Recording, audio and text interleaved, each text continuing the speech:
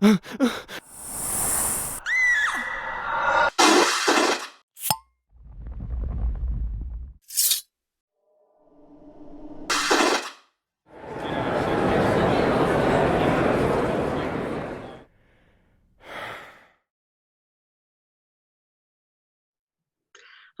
and welcome to the Supernatural Fandom track at Continual. I'm Gail Z and my guest today is April Vian. And April is one of the authors for ConVentional Wisdom. She's also very active in Supernatural Fandom. And we're going to talk about that wonderful book today and how it came about and what fandom really means for those of us in the Supernatural Fandom. So welcome, April. Thank you for having me. Well, I'm thrilled to have you here because I'm very impressed with the book. I've really been enjoying reading it, and of course all the wonderful stories about what fandom and especially the conventions have meant for people. Can you tell us a little bit about your background first, and then we'll get into the book itself? So I'm still relatively new to the fandom. I just started watching the show in, I think, 2013. I didn't go to my first convention until 2017. Professionally, I work as a behavior therapist with special needs kids, so I tend to kind of approach everything, including fandom, through that lens. I have a graduate degree in psychology, and we specialize in behaviorism. So one of the things that we do in that field is kind of look at the function of behavior. And I've been probably more active in the fandom since I went to that first convention and started this book. I initially started as a look at the function of the conventions and kind of why people were so willing to keep going back, to keep spending that kind of money on and travel so far for a weekend. It ended up taking a much different turn than we anticipated. Well, and that's sort of the theme of the book, isn't it? That the things that you expect don't always take you in the places you thought they would, but you get someplace better along the way. Yeah, absolutely. And we kind of ended up incorporating the journey of writing the book into the book, kind of in real time. We would add things as they were happening because the whole process ended up being kind of a separate kind of con-related adventure. So. Well, and since this is going to be airing primarily on Continual, which is an ongoing online convention that is multi-genre and multi-fandom, let me just clarify for a second for those folks who, like myself, have gone to genre conventions for a long, long time. Genre conventions work very differently from supernatural conventions.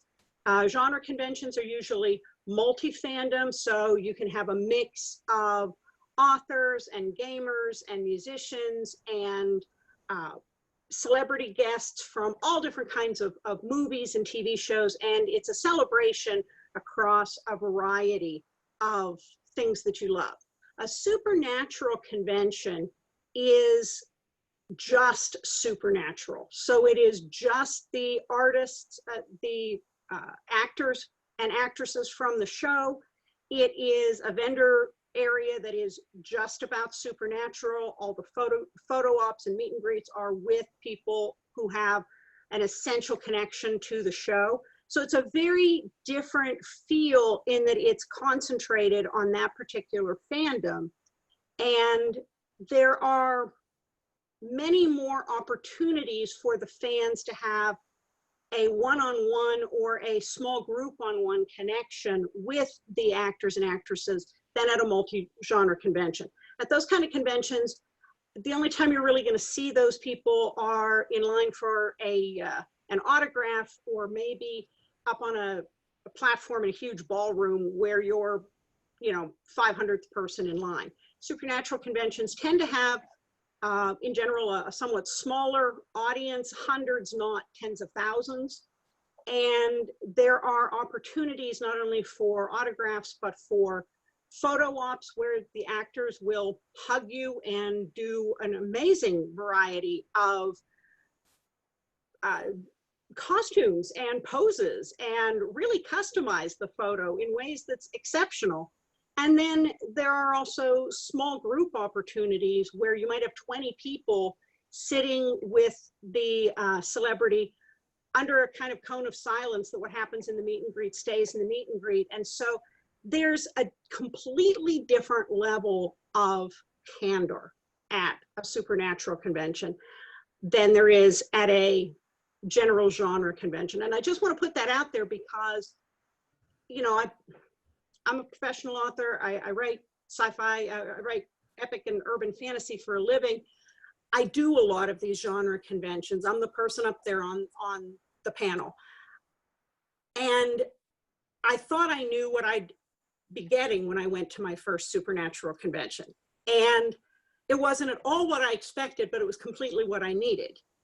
And, you know, I had been thinking, okay, you know, I've been to New York Comic Con. They're going to get up there. They're going to banter a little bit. They're going to talk about what's coming up on the next season. They might answer some questions about favorite episodes, but it'll all be very, you know, scripted by their PR person. Yeah. And it wasn't at all. No. You had people who were very, the actors and the actresses astounded me over and over again with their candor and their willingness to just be people up there. And their relationship with the fans, not only that trust to allow that candor, but people coming up to ask a question and saying, so last week in Denver, you said, and this week I wanted to follow up on that. And I'm going, my God, this is like Deadheads and the Parrot Heads following the Grateful Dead and Jimmy Buffett. These people were in Denver last weekend. So it's a very different thing. Yes. And back to you, April, to kind of talk about what you saw going on at these conventions that made you think, wow, I ought to do a book about this. So it was probably one of the most impulsive things I've done, definitely the most at that time. It kind of led me down a road of impulsivity since then. I'd really only gone to the one convention.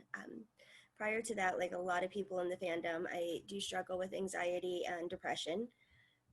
My husband kind of had to force me to go to that first convention because I was convinced that the whole world would fall apart if I left for a weekend and left the kids. I wasn't scared there, I think was the first thing that really popped out to me. I went and talked to Lynn. She was one of the first people that I'd spoken to because I was fascinated that somebody with that kind of background, I was at the time considering pursuing a PhD, was still involved in the fandom because it was very much something I didn't talk about.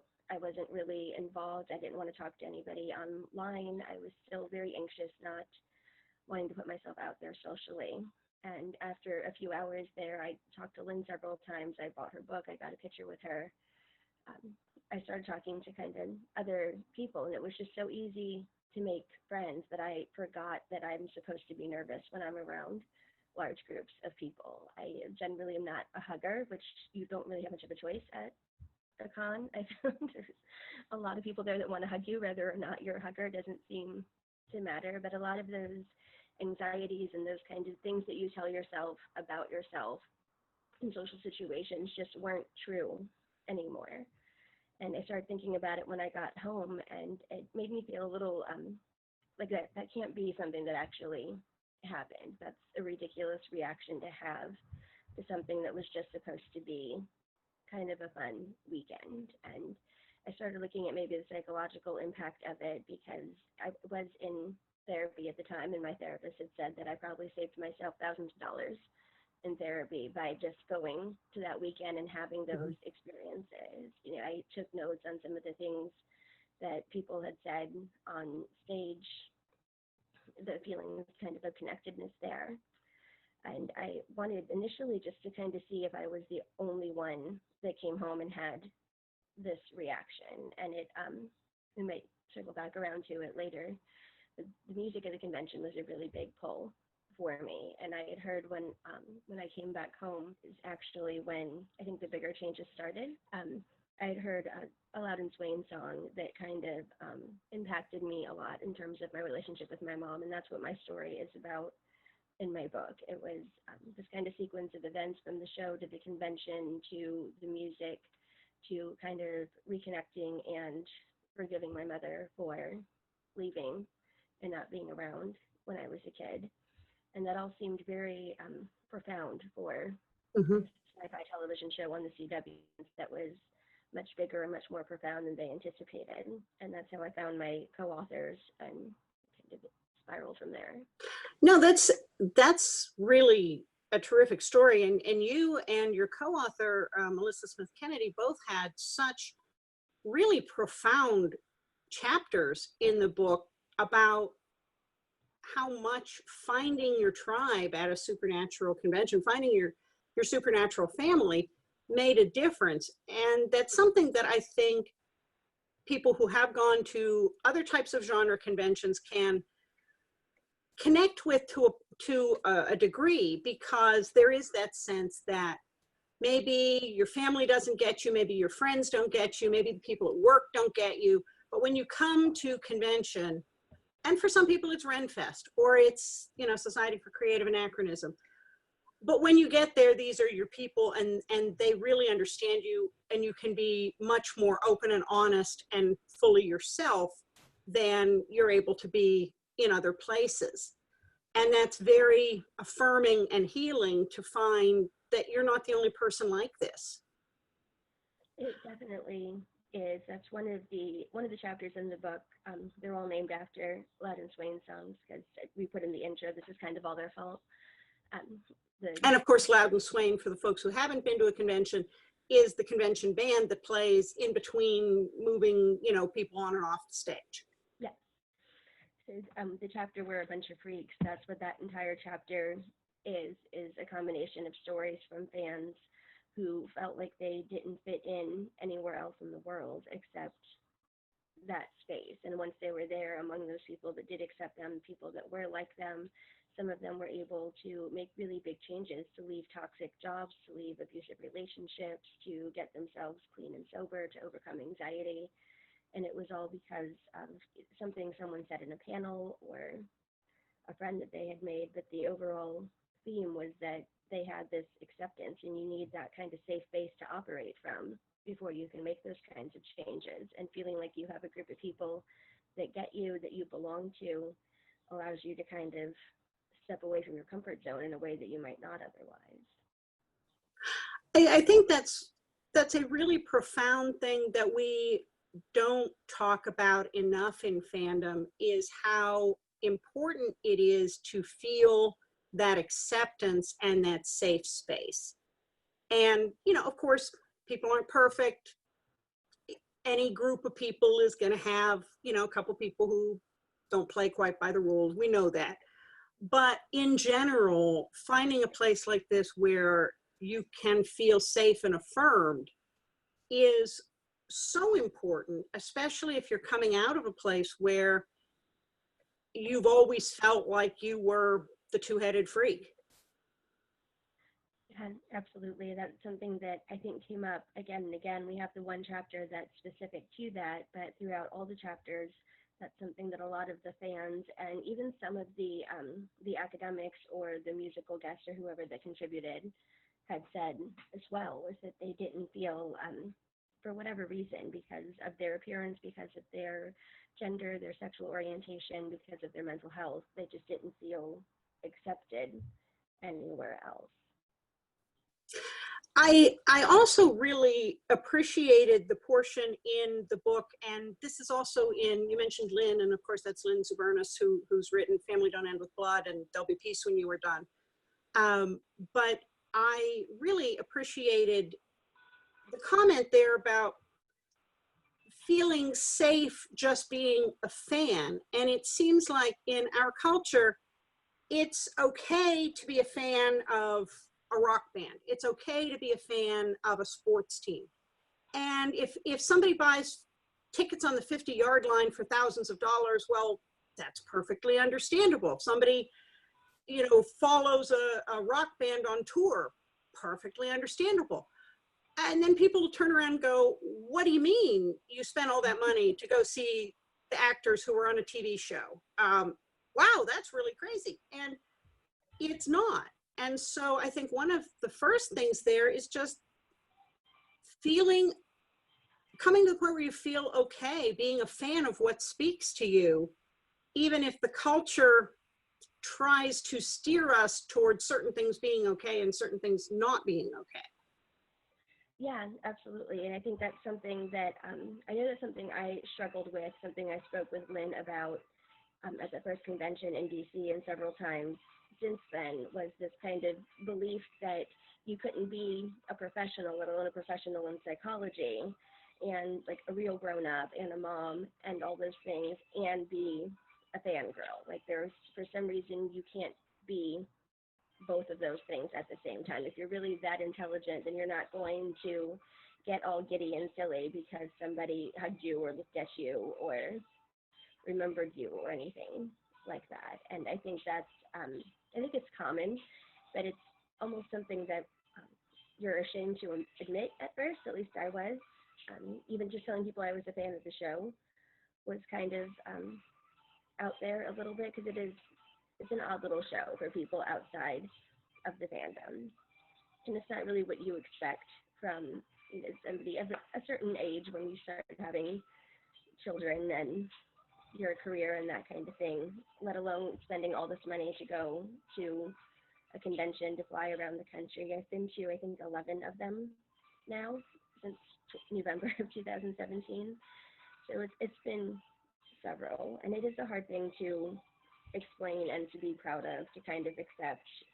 We went back and forth when we were writing the book about how to present ourselves, because there's also that fear that you're not going to be taken seriously as a fangirl, that somehow liking the show or liking those guys undermines your intelligence or your ability to kind of process things. And while I'll give that it will maybe impact your objectivity in some way, so that, which is why I did not become a clinical analysis, which is kind of what I thought it was going to be to begin with, that there wasn't any way I was going to look at any of this from an objective standpoint, especially that early on.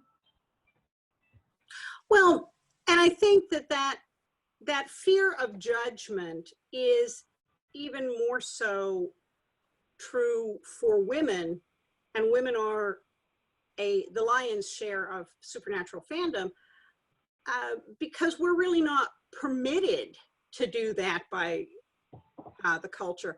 Guys get a pass for going to a sports game and acting absolutely crazy and screaming and yelling and painting themselves with body paint and wearing funny wigs and doing all kinds of extreme things. And isn't that great? They're supporting the team. And women are kind of allowed to go along with that with a significant other. Oh, well, you went to that school, we understand. But to go off and do something like this that is unrelated to a concert or sports or religion, we don't have that many places that culturally we're allowed to express that kind of emotion. We're allowed to do it at religious events, sports, concerts, big family things like weddings and funerals. But otherwise, I think somebody referred to it in the book as collective effervescence. Yeah, that was Tanya Cook. Just this feeling of, oh my gosh, I am so happy in this moment to be here, is wonderful and rare. And that's really a shame. It should be part of our everyday lives. It should be. And that was something that that we brought up as well, because for me, it kind of was, and it has been, I've been gradually trying to get to that point where it's not something that I just go visit. It's something that I can incorporate into my regular life. And part of that, as a woman, as a mom, has been giving myself permission to have things that are not part of my children, part of my family. I think that's a big part of it. As women, we're kind of taught that our husbands, our jobs, our kids should be enough, and we shouldn't be seeking feelings like that elsewhere. Like, we should be satisfied with what we have here. And that's an argument that I've had with a lot of people on social media and kind of in my own head, with whether or not it was okay. I think it's better, if you can, to try to bring that, maybe not the collective part, but the rest of it into your regular life as much as you can. But a lot of that stems, again, from that, finding that place of acceptance and belonging, so that you can bring part of that home with you. And that was one of the themes throughout the book, was that the convention was only 3 days, but then you get home and you're still benefiting from it. You're benefiting from the things that you learned about yourself, from the things that you've heard during the panels, from the connections that you made, the best friends I have now are from the conventions. They're people that I may have only seen 5 or 6 times in real life, that I talk to them daily. Well, and I think that's one of the things that has spurred both of us to become very involved with managing online communities dedicated to Supernatural, is wanting to keep that connection. I know in the Supernatural Team Free Will NC group that I run, that all started as a way, I was going to my first Supernatural con. I was really nervous about not knowing anybody. And so I started the group to kind of pull people together and make some plans to do things together at the convention. And everybody had so much fun. They said, hey, you're not going to shut this down, are you? We're going to keep going, right? And so we did. And so it's become something much different, much bigger, and really wonderful with people from all over the world. So yeah, it's just amazing how when you feel that you can be honest about what you love, you start attracting the other people who love it too. And then it's not nearly as scary. Yeah, absolutely. I wanted to come back, you know, the whole freak term comes up a lot in Supernatural. And Sam goes through his periods of feeling like he's a freak. Sometimes that's not particularly helped by John and Dean in some of their not as great moments. But it really does always come back to that what matters is what you do, not who you are, not whatever disadvantages you began with. It's what you do. And so that whole concept of embracing and being okay with what society might tell you makes you a freak is also part of this experience. Can you come at that a little bit from both a fangirl and a professional? Yeah, so that's that was probably my favorite chapter, and I actually we kind of broke the fourth wall while we were writing, and I started the chapter by saying that I had rewritten it maybe 3 times because I kept trying to write it from kind of an objective outsider's standpoint, and we made those correlations there too with Sam Winchester, and really with how a lot of the characters don't belong. We have a fallen angel, we have a vampire that's willing to sacrifice himself for the good of the whole. We have a demon who ends up sacrificing himself as well. There's a lot of characters there that really don't fit in. Sam obviously is the most talked about, I think, because he didn't fit in either of the worlds that he tried to be in. But as a clinician, I think the hardest thing was to just get past those kind of preconceived notions of what you're supposed to do and what you're supposed to like as a woman, as a professional, as a mother, and getting past that, and just being willing to say that, yes, this is something I like, this is something I enjoy. I don't actually feel guilty about leaving my kids for a weekend, and not feeling like you have to apologize. I think Kim and Bree during their panel were probably the ones at that first convention that spoke to that the most for me. They used the term being like unapologetically yourself, which I think is something a lot of people struggle with. We can say, yes, this is something I like, and I'm sorry that makes you uncomfortable, but we tend to apologize for being freaks, for making other people uncomfortable with us being different. Well, and again, it goes back to, I think, some degree of what is permitted to men versus what's permitted to women, because I've been in professional offices that have plenty of pictures of that person, that male person, shaking hands with football stars or standing there with a famous rock star, and those are framed, and those are points of pride in the office. And yet women are often made to feel like if they take a similar degree of interest in something else, then that's just weird. And it isn't. It's something we need to embrace because it speaks to us. And I loved what one of the chapters talked about, and it was a theme running through so many of them, that we are worthy of saving and worthy of being loved. And that's certainly a theme in the show, but I think that was one of the things that surprised and pleased me the most from the Supernatural conventions I've been to, is how much that theme runs through everything. And from actors I wasn't expecting at all to get it from. Yeah, it absolutely does. All three of us struggle with mental health. We wrote the book and published it before we had ever met online. Melissa and I didn't meet until Charlotte, actually. We'd already started writing the book. I think Shania and I just met in DC a couple months ago. But that was something that we'd all struggled with, was depression and anxiety. And I know for myself, Melissa was much more self-aware than I was. I kind of thought I had everything under control in terms of all that until I got to the first convention. And then when I started writing this and reading other people's stories, I could see how those feelings of not being accepted and feeling like I was different, and kind of faking it to act like the other soccer moms or dance moms or whatever, was really kind of undermining these other areas of my life. And I could see where the depression and anxiety was really seeping through. And I didn't realize how kind of bad it had gotten until I was at that first convention and I was in a place where I was accepted and I didn't have those expectations and those anxieties placed on me. And then when I got home, I kind of made a conscious decision that that wasn't something I was going to be willing to go back to, was having to kind of live in that box, because it was all very connected, the mental health aspects of it, with the not feeling accepted, not feeling like you could be yourself, or even really try to look for yourself. I think there's a certain age where you just expected to be an adult and know who you are and just kind of stay that way. And that's not really how it worked for me. So. I don't think it works that way for most people. I think they're just told it works that way. And so they often don't go looking for it to work any other way. And then they wonder why it doesn't feel like it's working. Yeah.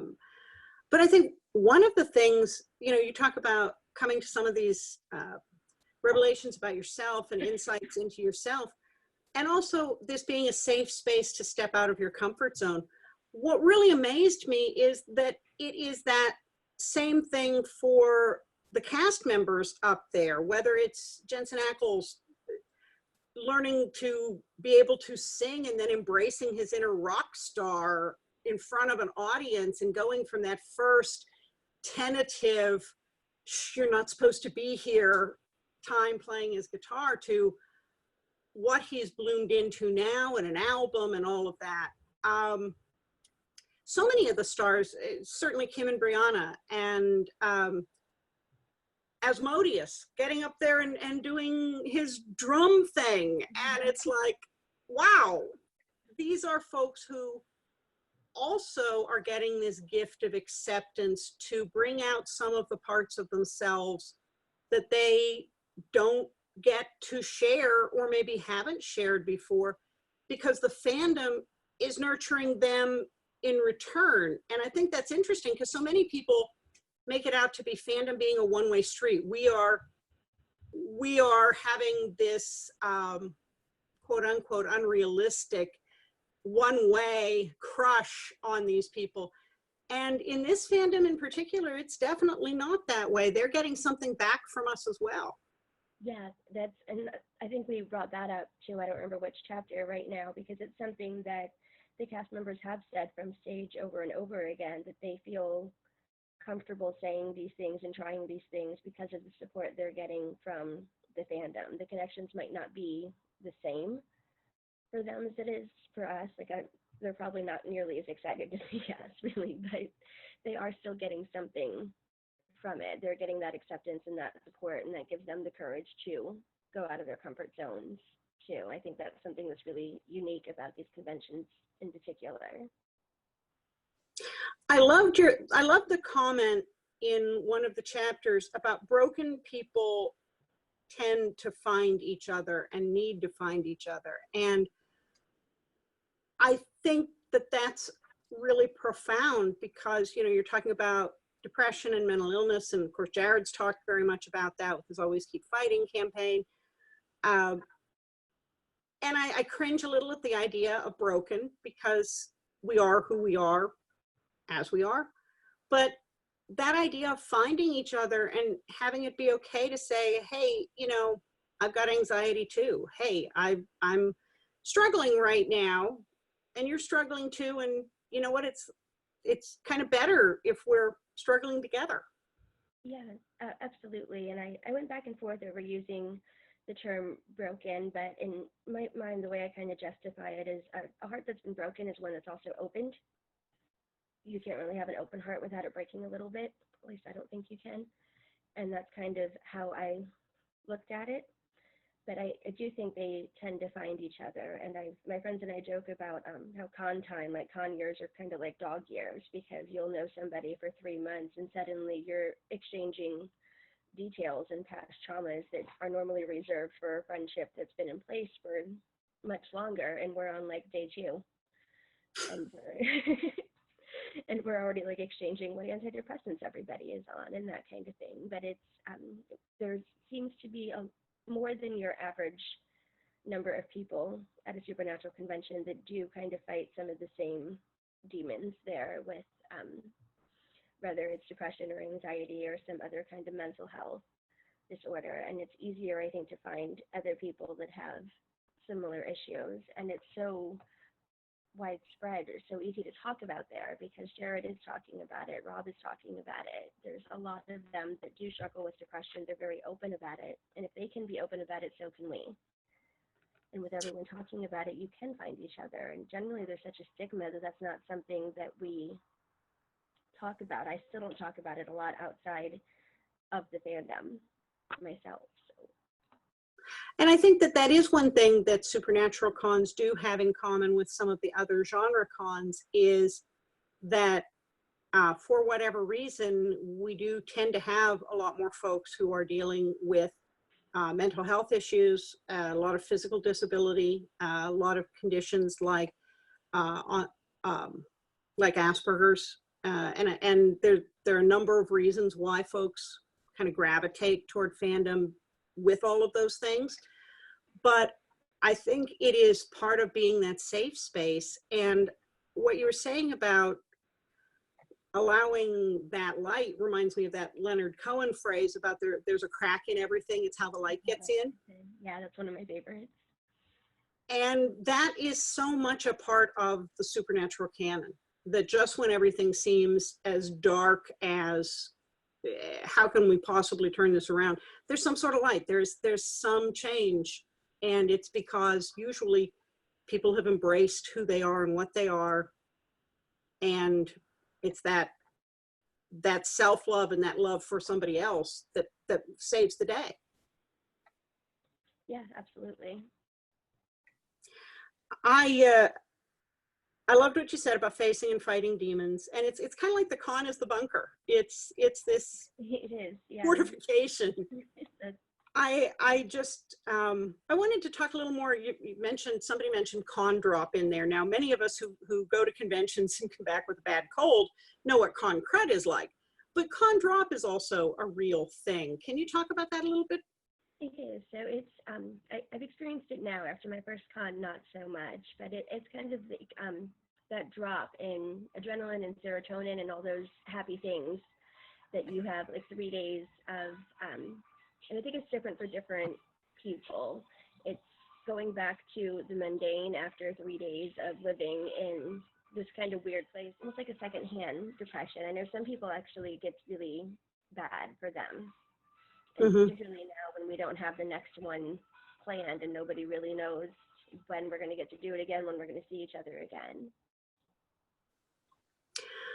Yeah, because it is a high, and it's also sort of like the drop you get even from a good vacation is you've planned it, you've looked forward to it, you've saved for it, you've spent a lot of time thinking what you're going to do when you're there, and then it goes so fast and it's over, and it was great, but now you're back and it's raining, and it's you want to hold on to that, you want to hold on to the relaxation and everything else, but it's hard. And I agree, it's kind of a mixed bag with conventions. Sometimes you just come home and those revelations of, oh my gosh, I've got a tribe, stick with you and change everything. But then also sometimes it's like, I'm not going to see my friends again in person for 6 months or whatever. And I think while we're talking about acknowledging feelings and sitting with the feelings and allowing ourselves to feel, that's part of it too, is that there's nothing wrong with feeling that. It's a natural part of the cycle. Yeah, absolutely. And I think another possibility there is having to go back to a place where you can't be who you are anymore. There's a lot of people that leave the convention and have to go back and get back into that little box that they really don't feel comfortable being in because of their family, their job, who they're around, whatever reason, they can't be themselves outside of that environment. And I can't imagine what kind of con drop would come from having to go pretend to be somebody else for those 6 months in between the times that you get to see your tribes. But that has also been something that has spurred people to get out of that box and to change, to leave the job, to get out of an abusive relationship, to stand up to people who made them feel like they needed to hide. And as you said earlier, say, you know, I realize this isn't your thing, but this is my thing. And it's not okay to be disrespectful of that, and own that. And I think sometimes that discomfort is a natural precursor to making you move, sort of the way you jerk away from a hot stove. Yep, absolutely. And it's wonderful to have a supportive environment, whether you're in person with those fellow fans or working virtually, to support people while they're making those life changes, to kind of seize that moment to be themselves and to embrace their whole self. What other things? You know, we've covered a lot of territory here, and the book is so wonderful in terms of showing many of these things from so many different people's perspectives and specific cases. But what else stands out to you that maybe we haven't touched on yet? Well, we had some special contributors to the book that I was really excited about. We had an interview with Chris Schmelke, the photographer at the Creation Supernatural conventions. We have a contribution from Lynn Zubernus and one from Tanya Cook and Kayla Joseph about the LGBTQ community and Supernatural and why that's such an accepting place for that population. We had a brief interview with Hayden Lee. He's a friend of Jason Mann's. He was at the convention in Charlotte, and he was a fun person to talk to because he's not at the conventions in the same capacity as the fans, but he's also not there as a cast member. So he had a really kind of different perspective where he sees things that we might not see, but he also met people who was like, this is my best friend that I met 2 hours ago. And he experienced from the cast members something very similar to what we experience with the fans when we go, where you meet them like one time and everybody's talking like they're best friends. There was just that kind of acceptance and camaraderie there. We have a brief, I think maybe just a paragraph or so from Jason Mann's about his experience with the conventions. And then Carrie Gonzell, she's an actress that was on 2 episodes of Supernatural. She was on Bugs and Just My Imagination. And she wrote a chapter about her experience as a cast member at some of the conventions. So I thought they were fun to get and to add, but it also really offered a unique perspective, and it really kind of validated that it's not just us. We are seeing, other people are seeing that too. Other people that work at the cons that are involved with the cast are having that same impact and the same experiences that the fans are. I love the breadth of interviews and essays that were in the book. People coming at the fandom from all different life stages and ages and situations. And I agree that some of the pressure is harder on people who are in a professional role or in a business role, saying, oh, well, you know, my gosh, what will people think of me if they know I'm a fangirl? And that's more so even with folks who might not be teeny boppers, you know, as that they always think of fans as being crazy teenage girls, and that's so not the case. It isn't the case for sports and for Marvel Comics, but somehow grown-up women, middle-aged women aren't supposed to love these things, and why shouldn't we? Yeah, we're not supposed to, and that's I've been fortunate that since I wrote the book and in the process of writing it and kind of finding my friends over the year, it took us about a year, I think, to put it together, that I've been able to put myself in a situation where I don't have to worry about that as much anymore. It's part of my identity. I have supernatural and Loud and Swain related tattoos. I can't really hide the fandom part anymore. And I'm fortunate that I have a field, especially out, I live in Seattle now, and it tends to be a little more open-minded here. But it's no longer an issue. It's not something I feel like I have to hide. And I kind of got to a place where if it's something that I don't feel comfortable talking to you about, then you're probably not somebody I really need to spend a lot of time talking to. And you're certainly not somebody whose opinion is going to matter to me. It took a lot to get to that place. But I remember one of my, I think it was like my third or fourth book, my husband was working with a major bank at the time, and he was always very supportive of the writing. At this time he was still in corporate, I was not.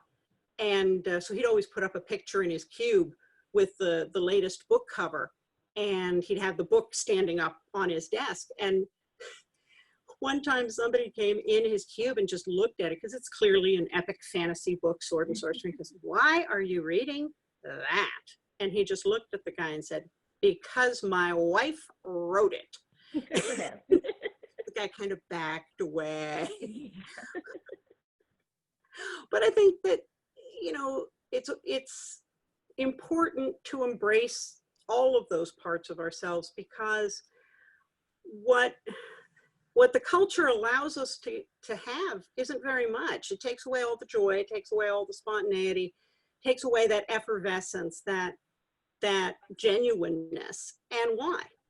I think pushing back on those expectations is so important, and asking yourself, why am I in a place where I'm not accepted, and what can I do to get myself into a better place where I can draw on the strengths of who I am instead of pretending I'm not that person.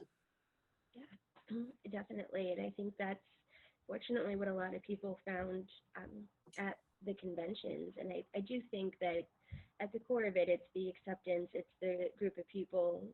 I wouldn't have done half the stuff I've done in the last 3 years if it wasn't for the friends that I've made during that time, that move. And it makes a huge difference having those kind of people at your back. Absolutely. Well, April, thank you so much for being with me today. The time's really gone fast. Okay. Of course, the book we're talking about is Conventional Wisdom by April Vian and Melissa Smith Kennedy. And you can find that on Amazon. And April, tell us where people can find you. I'm on Twitter and Facebook just as April Vian. Conventional Wisdom also has its own Twitter and Facebook. Well, wonderful. Thank you so much for being with us. Thank you for being here on the Supernatural Fandom Track. I'm your host, Gail Z. Martin. Stay tuned for more. We'll have more supernatural lore, love, and legacy coming up soon.